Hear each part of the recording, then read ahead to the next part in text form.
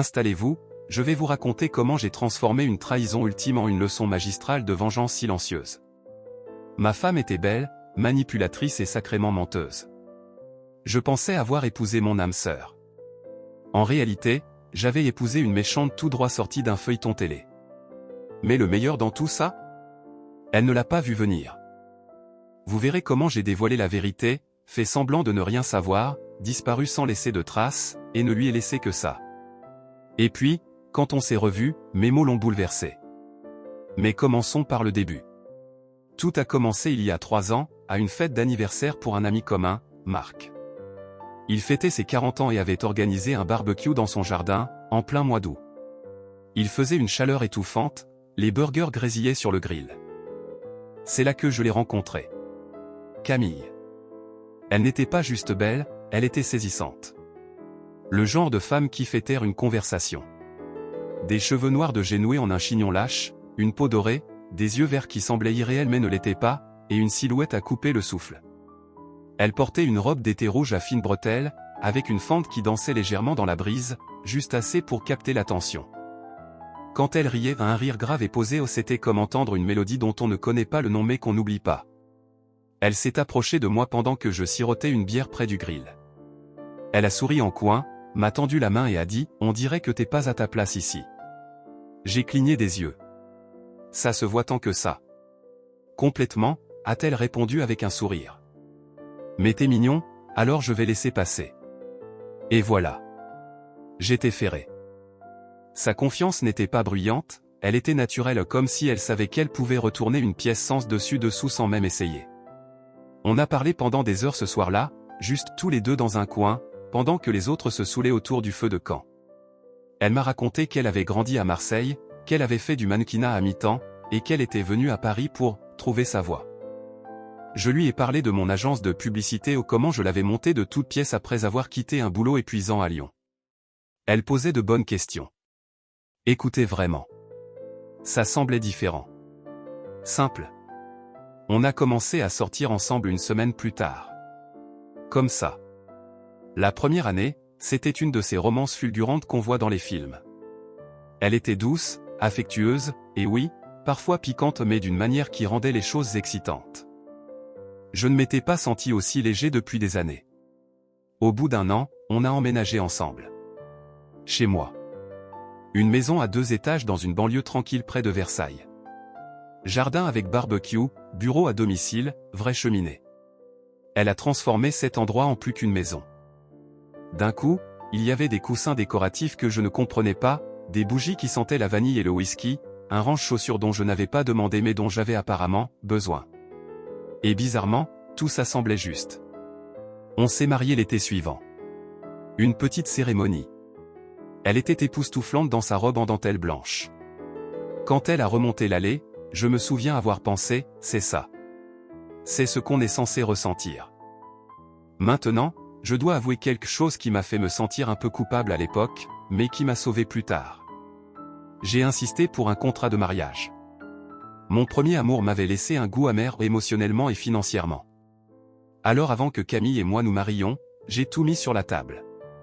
La maison, l'entreprise, les comptes, tout ce pourquoi j'avais travaillé dur toute ma vie. Je lui ai dit que j'avais besoin de tranquillité d'esprit. Le contrat avait une clause non négociable, en cas d'infidélité, le coupable partirait sans rien de ce qu'on avait construit ensemble. Rien. Elle a ri quand j'ai abordé le sujet. Elle a dit que j'étais tellement vieux jeu, et a qualifié ça de paranoïaque. Mais elle s'est penchée, m'a embrassé sur la joue et a dit « T'as rien à craindre, mon chéri. C'est juste du papier. » Avec le recul, ce moment me hante. Parce que je voulais tellement la croire. Les 6 premiers mois de mariage ont été tout ce que j'espérais. Elle était la femme parfaite ou du moins, elle en donnait l'impression. Elle cuisinait. Faisait les courses. Prenait soin de la maison comme si c'était un palais. Je rentrais après de longues journées au bureau pour trouver le dîner sur la table, des bougies allumées, et une musique douce en fond. Elle m'appelait « son rock ». Disait qu'elle ne s'était jamais sentie aussi en sécurité. Avec le recul, tout ça ressemble à un scénario. Comme si elle m'avait étudié, avait compris exactement qui je voulais qu'elle soit, et m'avait offert une version parfaite de ça. Une performance. Un acte bien répété. Parce que pendant que je construisais notre avenir, elle creusait déjà des fissures dedans. Mais je ne le savais pas encore. À l'époque, je pensais avoir tout ce qu'il fallait. Une entreprise florissante, une maison chaleureuse, une femme magnifique qui disait m'adorer. C'était parfait. Ou du moins, je le croyais. Avec Camille, le changement a été subtil au début. Un haussement d'épaule quand je lui demandais comment s'était passée sa journée. Un soupir trop long quand je faisais une blague. Ce sourire chaleureux et taquin qu'elle me lançait avant. Il avait changé. C'était comme si elle m'indulgeait au lieu de m'aimer. Comme si j'étais un personnage secondaire dans sa vraie histoire. Au début, j'ai cru que c'était juste le blues post-lune de miel. Ça arrive à tout le monde, non? Peut-être que l'excitation s'était estompée et que la routine s'installait. J'ai essayé de ne pas en faire tout un plat. Elle m'envoyait des petits messages dans la journée avant. Des mèmes. Des listes de courses. Un selfie idiot avec une baguette sur la tête. Ça s'est arrêté net. Et quand c'était moi qui commençais à envoyer des messages, la moitié du temps, elle ne répondait pas. L'autre moitié?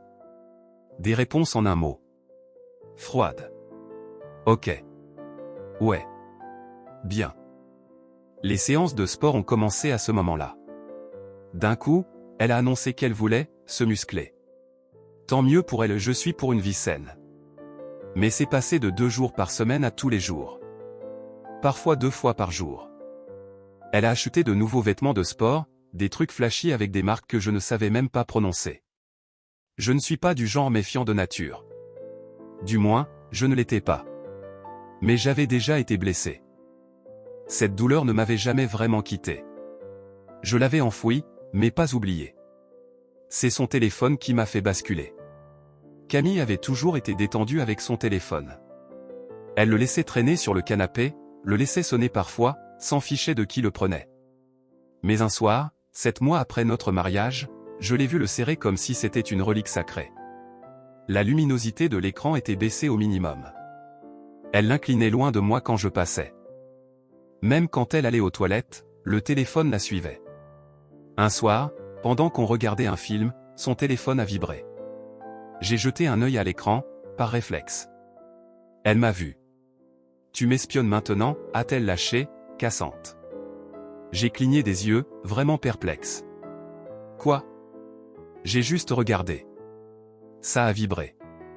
Ouais, eh bien, et vite. L'intimité, Antoine, t'en as entendu parler? Ce n'était pas elle. Pas du tout. Le lendemain matin, je lui ai posé la question directement, calmement, autour d'un café. Tout va bien entre nous? Tu sembles distante ces derniers temps. Elle n'a même pas levé les yeux de sa tasse. Tu te fais des films. C'était sa réplique fétiche, répétée comme un disque rayé, tu te fais des films. Ou les autres tubes, t'es parano. T'es insécure. C'est peut-être toi qui caches quelque chose, Antoine. Cette dernière m'a vraiment secoué. Une projection parfaite. Une petite inversion qui me tordait l'estomac. Pendant un moment, j'ai essayé d'ignorer ça. Je me suis dit qu'elle était juste stressée. Peut-être qu'elle traversait quelque chose émotionnellement. Puis un soir, elle est rentrée tard. Elle a dit qu'elle était restée après son entraînement pour une séance de yoga avec une nouvelle amie, Claire. J'ai demandé dans quelle salle elle allait ces derniers temps. Elle a bafouillé. Celle, tu sais, près de la place. Et elle a commencé à inventer au fur et à mesure. C'en était trop. Je me suis souvenu de ce qu'un ami m'avait dit des années plus tôt, si tu penses que t'es en train de devenir fou, c'est pas toi. C'est probablement quelqu'un qui te ment. Avec le contrat de mariage en place, j'avais plus que des raisons émotionnelles de vouloir la vérité, j'avais des raisons financières. Alors j'ai engagé un détective privé. Il s'appelait Gérard. La cinquantaine, ancien flic, des yeux qui semblaient voir à travers les murs. Un type direct, sans chichi. Je lui ai tout raconté. Tout ce que je viens de vous dire. Il n'a pas ri ni levé les yeux au ciel. Il a juste hoché la tête lentement et a dit, d'accord. Voyons à quel genre de yoga votre femme s'adonne. Il m'a dit qu'il faudrait idéalement un mois, mais que ça pourrait être plus rapide. Je lui ai donné son emploi du temps, la marque de son sac de sport, la voiture qu'elle conduisait, même la marque de smoothie qu'elle aimait. Il a tout noté comme un détective de roman de gare. Je suis sorti de ce café en sachant que quelque chose allait arriver. Je le sentais au fond de moi. La question n'était pas si elle cachait quelque chose. C'était jusqu'où ça allait. Et j'étais prêt à le découvrir. Le 4e jour, Gérard m'a envoyé la première photo. Mon téléphone a vibré. Un message. Pas de légende. Juste une image. Camille, devant un café sur l'avenue des Champs-Élysées. Pas habillée pour la salle de sport. Loin de là. Jean Moulant, bottes à talons, une veste en cuir qu'elle m'avait dit avoir achetée, en solde. Et elle riait. Pas le rire poli, forcé qu'elle me servait au dîner ces derniers temps, un vrai rire. Le même rire spontané qu'elle m'offrait quand on venait de se rencontrer. Sauf que maintenant, il était destiné à un grand type penché sur la table comme s'il la connaissait depuis toujours. Il avait la trentaine, bronzé, musclé, avec une mâchoire digne d'une pub pour dentifrice. On voyait qu'il faisait du sport, probablement dans la salle qu'elle ne fréquentait jamais vraiment. Ils ne se tenaient pas la main. Pas encore. Mais l'espace entre eux était trop réduit. Leur langage corporel criait la complicité ou l'intimité. Sa main a effleuré son poignet quand elle a attrapé son café. La sienne s'est attardée une seconde de trop. Ce n'était pas un malentendu. Ce n'était pas une fois isolée. Je ne connaissais pas encore son nom, mais je le détestais déjà. Pas pour être avec ma femme mais pour avoir droit à la version d'elle qu'elle ne me donnait plus. 3 jours plus tard, Gérard m'a envoyé un autre message. Un autre café. Une autre tenue. Camille dans une robe fleurie courte que je n'avais pas vue depuis des mois ou probablement celle qu'elle disait, ne plus lui aller. Drôle, non? Ils étaient assis du même côté de la banquette. Même sourire. Même énergie. Elle a touché son torse en riant. Cette fois, ils sont partis ensemble. Ils ont descendu la rue de Rivoli et ont tourné vers le jardin des Tuileries. Je l'ai reconnu, c'est là que je lui avais fait ma demande. J'aimerais inventer cette partie. Ils se tenaient la main comme des ados. Sans hésitation. Sans culpabilité. Juste les doigts entrelacés, balançant doucement entre eux alors qu'ils passaient devant le banc où je m'étais agenouillé dans la neige comme un idiot de film romantique. Ce soir-là, Gérard m'a envoyé une vidéo. Courte. Granuleuse. Mais assez claire. Camille et son inconnu entrant par les portes vitrées d'un hôtel que j'avais croisé 100 fois. Un endroit de classe à faire. Beau hall. Pas le genre d'endroit qu'on choisirait pour une liaison si on voulait être prudent, mais ils ne l'étaient pas. Ils étaient audacieux. Décontractés. Comme s'ils avaient déjà fait ça. Ils sont restés à l'intérieur environ 1h30. Quand ils sont sortis, ses cheveux étaient ébouriffés. Sa chemise à lui était à moitié sortie. Elle n'avait même pas pris la peine de retoucher son maquillage. Leur sourire n'était pas timide. Ils étaient arrogants. Le genre de sourire qu'on affiche quand on pense que le monde est trop bête pour remarquer ce qu'on fait. C'est là que quelque chose a changé en moi. Mes mains n'ont pas tremblé de chagrin. Pas à cause d'une vague de tristesse comme dans les films. Ce que je ressentais était plus froid. Plus tranchant. Comme de la glace se formant derrière mes côtes. Je n'étais pas brisé, j'en avais fini. Fini de faire semblant. Fini de douter de moi. Fini de lui accorder le bénéfice du doute alors qu'elle n'en méritait pas une once. Et surtout, fini de jouer la défense. Je n'ai pas crié. Je n'ai pas pleuré. Je n'ai pas appelé pour hurler ou fait irruption à la maison en exigeant des réponses. Ça aurait été brouillon, impulsif. C'est probablement ce qu'elle attendait. Un homme avec l'ego blessé et les poings serrés. Non. Je n'allais pas lui offrir une confrontation dramatique. Je n'allais pas crier, accuser, ou lui donner l'occasion de se sortir de là avec des mensonges et des larmes. J'allais faire mieux. J'allais disparaître. Voyez-vous, les gens comme Camille. Ils ne craignent pas les conflits. Ils s'en nourrissent. Ils les transforment en confusion. Ils pleurent, accusent, manipulent, et vous font douter de ce que vous avez vu de vos propres yeux. Mais le silence? Le silence les terrifie. Être laissé seul avec le poids de leurs actes, les conséquences pesant lourd sans votre voix pour les noyer, c'est la vraie punition. J'ai fermé la vidéo. J'ai regardé une dernière fois l'image figée d'eux passant la porte de cet hôtel. Puis je me suis levé, je suis allé dans mon bureau, et j'ai sorti le contrat de mariage. J'ai tourné jusqu'à la page 6. C'était là. La clause que j'avais imposée, celle dont elle s'était moquée. L'infidélité entraînera la perte totale de tous les biens acquis conjointement par la partie fautive. Je me souviens avoir entendu sa voix dans ma tête, « T'es ridicule, Antoine. Qui trompe encore de nos jours? Toi, Camille. Toi. » Et maintenant, c'était mon tour. Pas de crier. Pas de supplier. Mais de mettre fin à ce jeu qu'elle pensait gagner. Silencieusement. Définitivement. J'allais disparaître. Pas au sens littéral. Je n'allais pas simuler ma mort ou faire quelque chose de théâtral. Mais j'allais retirer de sa vie tout ce qu'elle aimait dans le fait d'être ma femme complètement. Silencieusement. Définitivement. Pas de dispute. Pas de larmes. Juste un vide là où j'étais. Étape 1, la maison. J'y avais investi des années. J'ai contacté une agente immobilière que je connaissais via un client. Je lui ai dit que je devais vendre la maison rapidement. Peu importait le prix du marché, juste la vitesse. On l'a mise en vente le lendemain à un prix qui garantissait presque une guerre d'enchères. En 72 heures, on avait des offres. J'ai choisi la plus simple. En liquide. Sans condition. L'acheteur voulait conclure en 7 jours. Parfait. Camille n'a rien soupçonné.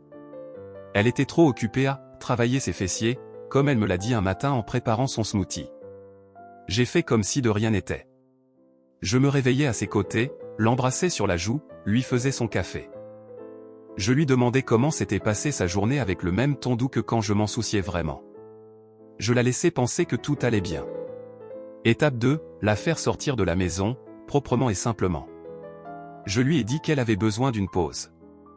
J'ai prétendu avoir trouvé une retraite d'une semaine dans les Alpes, un de ces endroits bien-être avec des sources chaudes, des randonnées guidées et des tisanes. Je lui ai dit que je voulais qu'elle se ressource, se détende, retrouve son équilibre. J'ai joué le mari attentionné à nouveau. Elle a marché tout de suite. Elle a dit que j'étais adorable à nouveau. Elle m'a offert un de ses sourires brillants mais faux qu'elle pensait encore efficace sur moi. Elle a fait ses valises le lendemain matin et est partie avec un petit signe de la main depuis le siège passager de la navette. Elle n'a même pas regardé en arrière. Dès qu'elle est partie, je me suis mis au travail. D'abord, j'ai emballé toutes ses affaires. Chaque paire de chaussures, chaque flacon de soins, chaque coussin bohème qu'elle avait éparpillé dans la maison comme des miettes. J'ai plié ses vêtements soigneusement. Je n'ai pas précipité les choses. Je l'ai fait comme un boulot. Détaché.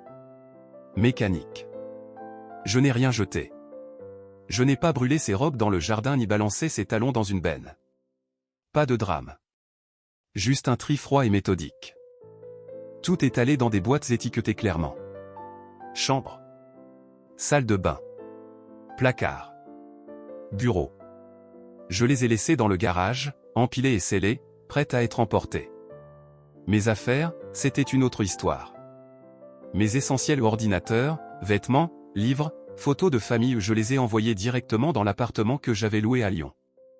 J'avais déjà une petite antenne de l'agence là-bas, et j'envisageais d'agrandir.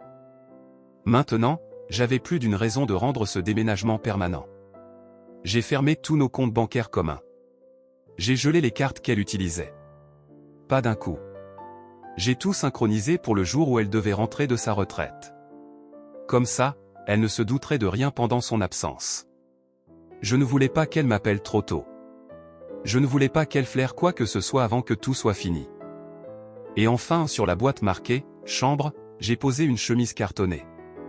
Dedans, une copie du contrat de mariage. Un ensemble signé et tamponné de papiers de divorce. Que j'avais aussi eu le temps de préparer pendant son absence. Puis j'ai changé de numéro de téléphone. J'ai prévenu mon équipe. Je leur ai dit que je déménageais mes bureaux, et que si quelqu'un demandait après moi, il ne devait donner aucune information, juste tout transmettre à l'équipe juridique qui gérait la transition. Personne n'a posé de questions.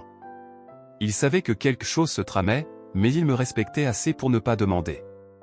Ou peut-être qu'ils avaient entendu assez de ragots pour deviner. Quand la navette de Camille est revenue en ville, la maison était vendue. Les serrures étaient changées. Les clés étaient remises au nouveau propriétaire. L'adresse ne lui appartenait plus. Et moi, j'étais parti. Pas de confrontation. Pas de dispute. Pas de seconde chance. Elle avait fait son choix. Je lui ai simplement donné des conséquences. Elle est revenue un jeudi. La maison appartenait déjà à une nouvelle famille. Un gentil couple. 2 enfants. Lui travaillait dans la tech. Elle était professeure. Le genre de personne qui redonnerait vie à la maison. Ça m'a étrangement apaisé. Elle s'attendait probablement à ce que je sois rentré tôt, peut-être avec des fleurs. Peut-être avec le dîner préparé comme je le faisais quand je pensais encore qu'on avait quelque chose à sauver. Mais ce n'est pas ce qu'elle a trouvé. À la place, elle a vu une nouvelle voiture dans l'allée, pas la mienne. La pelouse était fraîchement tondue, mais le nain de jardin qu'elle détestait avait disparu du porche. Et quand elle a voulu ouvrir la porte d'entrée avec sa clé, ça n'a pas marché. Pas même un peu. Je n'étais pas là pour le voir, mais j'ai imaginé ce moment plus de fois que je ne peux compter. La façon dont son front a dû se plisser. La confusion grandissante. La première pointe de panique glissant dans sa poitrine. Elle a probablement réessayé la clé. Peut-être l'a-t-elle secouée. Tapée, même. Puis elle a sorti son téléphone, a parcouru ses messages pour voir si elle avait raté quelque chose de ma part. Mais il n'y avait rien. Je m'en étais assuré. Après l'échec de la clé, elle a fait ce qu'elle faisait toujours quand les choses ne tournaient pas comme elle voulait, elle a forcé.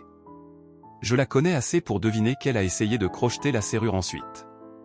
Elle faisait ça avec la porte de la salle de bain quand je la verrouillais pour avoir un peu de calme. Elle disait toujours que c'était un petit tour amusant, appris de son frère. Charmant. Mais les nouvelles serrures n'étaient pas du genre à s'ouvrir avec une épingle. Alors elle a sonné à la porte. Et un inconnu a répondu. Le nouveau propriétaire, probablement encore en jean de week-end, a ouvert la porte pour trouver une femme aux yeux écarquillés qui demandait pourquoi elle ne pouvait pas entrer dans sa maison. Il a dû penser qu'elle était une squatteuse, ou quelqu'un qui tentait une arnaque. L'agente immobilière m'a raconté plus tard qu'ils ont géré ça calmement. La femme est venue à la porte aussi. Ils ont expliqué à Camille gentiment, au début, qu'ils venaient d'acheter la maison. Qu'ils avaient conclu l'achat quelques jours plus tôt. Que l'ancien propriétaire, moi, avait laissé des affaires dans le garage qui étaient destinées à être récupérées. Elle a peut-être laissé des choses pour vous, a dit le mari. Camille a dû rester sans voix. Ça n'arrivait pas souvent. La porte du garage était déverrouillée. Ils l'ont guidée vers celle-ci et sont rentrés, probablement soulagés d'en finir avec ce moment gênant. Mais pour Camille, en ouvrant cette porte, ce n'était pas gênant, c'était une clarté glaciale. Chaque boîte. Chaque étiquette. Chaque chemise pliée et chaque photo encadrée. Tout soigneusement empilé. Toute sa vie, contenue dans du carton et scellée avec du ruban adhésif. Et sur la boîte marquée « Chambre », une chemise cartonnée. Dedans, les papiers de divorce. Signés. Légaux. Et aussi, une copie de notre contrat de mariage. Celui dont elle s'était moquée. Sa bouche a dû s'assécher en lisant ça. Peut-être qu'elle s'est sentie un peu étourdie. Peut-être que ses mains ont tremblé. Ou peut-être, juste peut-être, qu'elle pensait encore que c'était un bluff. Que j'allais surgir de derrière les buissons avec une équipe de tournage en criant « Je t'ai eu ». Mais je n'étais pas là. Et je ne reviendrai pas. Elle a appelé mon bureau en premier. Je le sais parce que mon assistante m'a transféré un message le lendemain. Juste une note disant qu'elle avait appelé 4 fois d'affilée avant de raccrocher. Personne ne lui a rien dit. C'était comme ça que je l'avais organisé. Tout le monde avait pour instruction de rediriger les demandes vers mon avocat. Mon ancien email ? Désactivé. Mon téléphone ? Nouveau numéro. Nouveau fournisseur. Réseaux sociaux ? Supprimés. Profils effacés. Elle tendait la main dans le vide.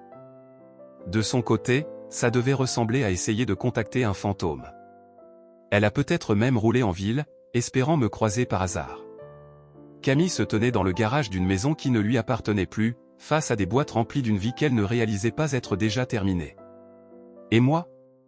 Je sirotais un café dans un appartement en hauteur à Lyon, regardant la skyline s'illuminer au coucher du soleil. Mon téléphone était silencieux. Mon cœur, étonnamment stable. Pendant les 2 mois suivants, je n'ai pas entendu sa voix une seule fois. Ni en personne. Ni au téléphone. Ni même dans un message vocal. Je n'ai pas vu son nom apparaître sur mon écran. Pas reçu de texto ou de mail qui passait. Et c'était exactement ce que je voulais. Le silence. L'immobilité. Mais ce n'est pas parce que je ne l'entendais pas qu'elle ne criait pas dans le vide. Elle a tout essayé. Elle a commencé petit, d'après ce que j'ai compris. Des textos à mon ancien numéro.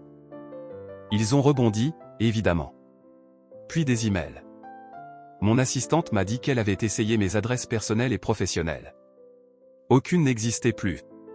Elle a même envoyé un message privé au compte de l'agence qu'on utilise pour la promo, et n'a reçu qu'une réponse automatique de notre responsable média. Puis elle est devenue désespérée. Elle s'est pointée au bureau l'ancien, à Versailles 3 fois. La première fois, elle était calme.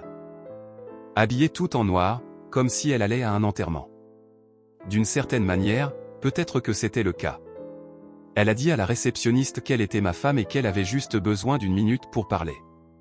Ma réceptionniste était briefée. Elle a souri poliment et lui a dit que j'étais en déplacement professionnel prolongé. Qu'on ne savait pas quand je reviendrais. La deuxième fois, elle n'était pas si calme. C'est laquelle a pleuré.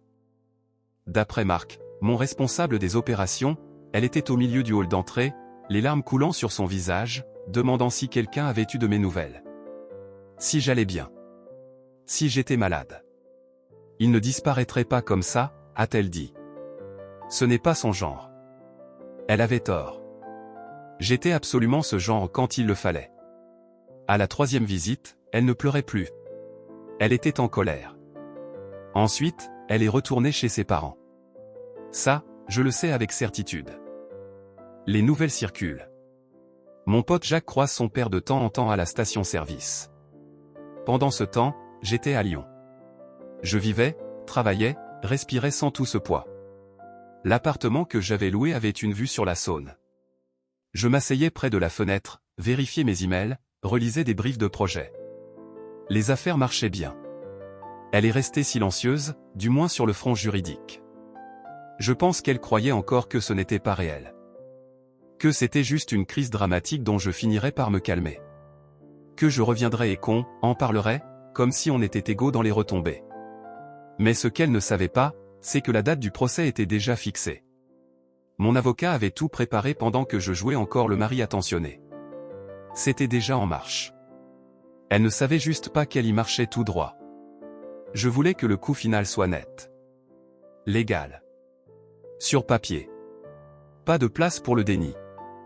Pas de dispute dans un parking ou de discours larmoyants du genre « ce n'est pas toi, Antoine ». Juste un tribunal. Un juge. Mon avocat. Sa trahison en preuve claire et nette. Il fallait que ce soit public, parce que sa trahison ne l'était pas. Elle avait menti avec un sourire. Caché des choses derrière un écran. S'était éclipsée de la maison en leggings de sport et était revenue avec le même sourire essoufflé qu'elle me réservait avant. Et pourquoi ? Des frissons bon marché et du vin pas cher avec un type qui n'avait même pas eu le courage de rester quand tout s'est effondré ? Je lui avais tout donné. Une maison. Un nom. Un avenir.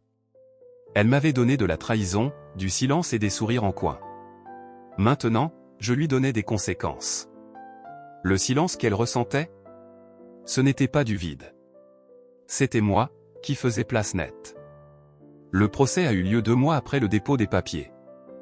Pendant tout ce temps, je travaillais, Camille était chez ses parents et essayait de me trouver pour comprendre ce qui se passait. Elle avait été informée du procès, mais c'était encore un mystère pour elle. Le tribunal était calme ce matin-là. Un bâtiment en briques avec des bordures rouges anciennes. Je suis arrivé tôt.